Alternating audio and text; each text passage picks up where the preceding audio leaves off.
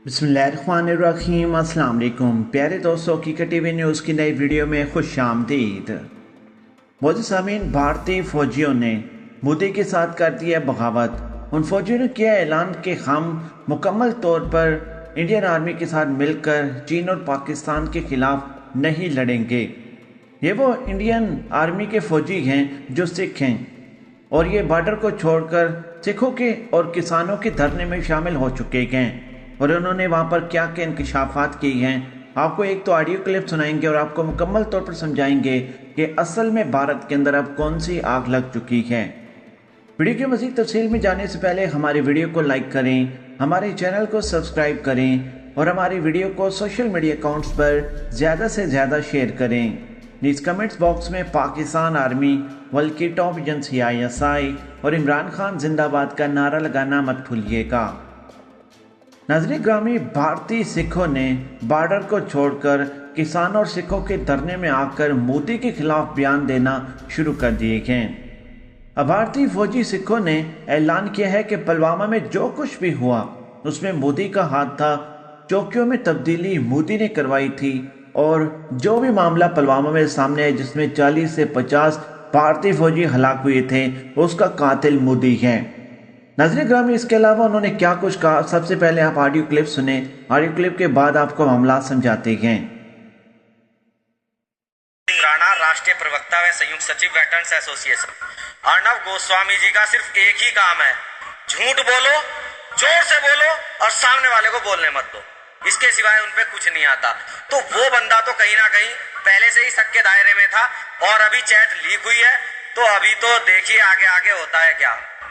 बिल्कुल एक्शन लिया जाएगा और लिया जाना चाहिए ऐसे बंदे पे। मैं ये कहना चाहूंगा, अरे इतना शोर मचाना, तुम क्या सोचते हो कि शोर मचा के झूठ को सच साबित कर दोगे? नहीं, झूठ को सच साबित कर दोगे क्या आप शोर मचा के? आपने सुशांत राजपूत पूरे 2 महीने तक वही चलता रहा, कंगना रनावत का छज्जा टूट गया वही चलता रहा। अरे ये देश है, ये आप नेशनल पत्रकारिता कर रहे हैं। आपको ये शोभा देता है कि किसी के किचन में क्या खाना बन रहा है, कोई क्या खा रहा है, क्या पहन रहा है। सर मानी चाहिए ऐसी पत्रकारिता को। जी देखिए, पत्रकारिता का धर्म होता है कि बिल्कुल स्पष्ट दिखाए। कानों में, पेट में गया जहर सिर्फ एक व्यक्ति को मारता है और कानों में गया जहर पूरे समाज को मारता है। लेकिन खास तौर से पुलवामा की हम बात करेंगे, जिस तरह से पुलवामा पूरे देश में आक्रोश था, लेकिन उनके व्हाट्सएप चैट में इसको एक इवेंट की तरह से सेलिब्रेट कर रहे हैं, कह रहे हैं कि बहुत अच्छा हुआ, TRP उनकी TRP के मामले में। तो आप देखियो उनको किसी की शहादत से कुछ लेना देना नहीं है। जो कहते थे कि हम बंद कराएंगे तवायफों के कोठे, जो कहते थे कि हम बंद कराएंगे तवायफों के कोठे, सिक्कों की खनक पे खुद ही मुजरा कर बैठे। तो कहीं ना कहीं जनता को चिंतन करना होगा, सही और गलत की पहचान करनी होगी और इसका जवाब देना होगा। जो गलत है उसके मुंह पे थप्पड़ मार के, वोट का थप्पड़ या फिर उसका बायकॉट करके। थप्पड़ का मतलब सिर्फ थप्पड़ मारना नहीं है, बहुत तरीके से मारा जा सकता है। तो आप जिस तरीके से भी आप थप्पड़ मारना चाहते हैं बिल्कुल मारिए जहां मौका मिलता है। तो ये जनता को अब सोचना पड़ेगा कि राष्ट्रीय चैनलों पर सफेद झूठ चल रहा है। एक तो झूठ होता है, एक सफेद झूठ होता है। पहले से ही प्लानिंग होती है चैनलों पे क्या चलना है, क्या नहीं चलना है, और इन्होंने पत्रकारिता की मर्यादा को भंग कर दिया है। तो अब जनता को सोचना पड़ेगा और इनको जवाब देना पड़ेगा। मैं मणिदेव चतुर्वेदी पुलवामा पर खुलासा करता हूं, इस पर पूरे चैनल चलाए। मैंने उसका पूरा समीक्षा किया, जो उसकी रिपोर्ट आई गलत है। मैं पूछता हूं कि जो पहले चेक पोस्ट स्थापित किए गए थे वो किसकी मर्जी से हटाए गए, उस पर क्यों नहीं जांच बैठाई गई? चेक पोस्ट का काम होता है, जो गाड़ियां आती हैं उसको चेक होता है, तो सारे चेक पोस्ट हटा लिए गए थे। निश्चित रूप से मैं फिर कहता हूं कि जांच का विषय है कि वो जो चेक पोस्टें थे हटा ली गई थी, किसके आदेश से हटाया गया था, और इस पर सरकार भी इसमें शामिल है, निश्चित रूप से अर्णव गोस्वामी शामिल है। पूरा इस पर अलग से चर्चा कराई जाए, फिर से जांच कराई जाए। चेक पोस्ट क्यों हटाए गए?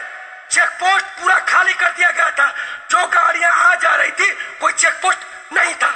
जो सच है वो सामने आ चुका है, सच कभी छिपता नहीं है। जो सबसे पहली चीज, हमारी सरकार के अंदर जो गृह मंत्री है वो तड़ीपार है, कोर्ट की तरफ से उसको सजा मिली हुई है।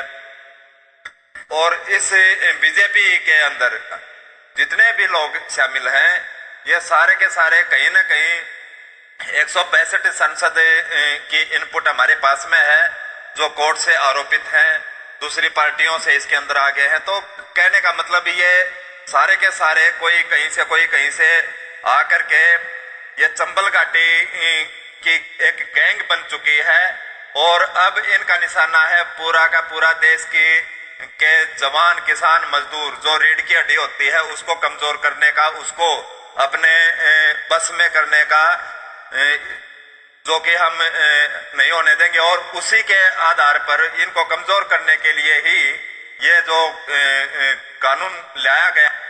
मौजूद सामीन, आपने सुना कि जितने भी आपको ऑडियो क्लिप्स हमने सुनाए हैं ये वो भारतीय सिख फौजी हैं जो इस वक्त बॉर्डरों को छोड़कर सिख और किसानों के एहतजाज में शामिल हो चुके हैं और इन्होंने वहां पर आकर ये तमाम बयानात और इंटरव्यूज दिए हैं जिसमें इन्होंने पुलवामा को बड़े खुले अंदाज में डिस्कस किया है कि मोदी ने खुद ये सारा ड्रामा रचाया है। 40 से 50 फौजी जो हैं वो उन्होंने खुद मरवाए हैं और फिर उन्होंने पाकिस्तान के खिलाफ कार्रवाई करने के लिए उसको इस्तेमाल किया है।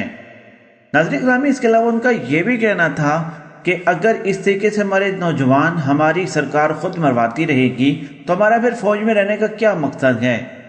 इसके अलावा इन्हीं फौजियों ने अपने इंटरव्यू में कहा कि अब इन्होंने निशाना सिख और किसानों को रखा हुआ है जो कि इस मुल्क की रीढ़ की हड्डी हैं, जो इस मुल्क को कमा कर देते हैं। नाज़रीन ग्रामी, तकरीबन 30 से 40 हज़ार भारतीय फौजियों ने मोदी के साथ बगावत कर दी है और मोदी के खिलाफ बयान देना शुरू किए जिसमें सबसे ज़्यादा पुलवामा डिस्कस हो रहा है। इसके अलावा भारतीय मीडिया ने पुलवामा ख़ास तौर पर अर्नब गोस्वामी के बारे में भी चीज़ें डिस्कस हुई कि उनकी जो व्हाट्सएप चैट लीक हुई, सारे मामला क्या थे, उनको कैसे पता था। TRP बढ़ाने के लिए ये तमाम चीज़ें पहले ही न्यूज़ चैनल को पता होती हैं और बहुत सारे लोग इसमें मुलवस थे और मोदी भी इसमें मुलवस था। ये तमाम चीज़ें इन तमाम इंटरव्यूज़ में डिस्कस हुई हैं। भारतीय मीडिया क्या कुछ कर रहा, मोदी के कहने पर यह तमाम चीज़ों का भांडा फोड़ दिया गया। अब ये चीज़ तो वाज़ेह हो चुकी है कि पुलवामा में जो कुछ भी हुआ उसके पीछे मोदी का हाथ था। 40 से 50 भारतीय फौजियों को मरवा कर मोदी ने ध्यान डाइवर्ट करने के लिए और पाकिस्तान के ऊपर हमले का जॉज ढूंढने के लिए अपने फौजियों को मरवाया। अब इन्हीं सिख फौजियों ने इंटरव्यू देते हुए कहा कि मोदी को कोई फर्क नहीं पड़ता कि हम जिएं या मरें, हम कटें या जिएं, इसलिए अब इस सरकार को सोचना पड़ेगा। नाज़रीन ग्रामी, ये थे वो तमाम हक़ाइक़ जो इस वीडियो में हमने एक्सपोज करके आपके सामने रखे।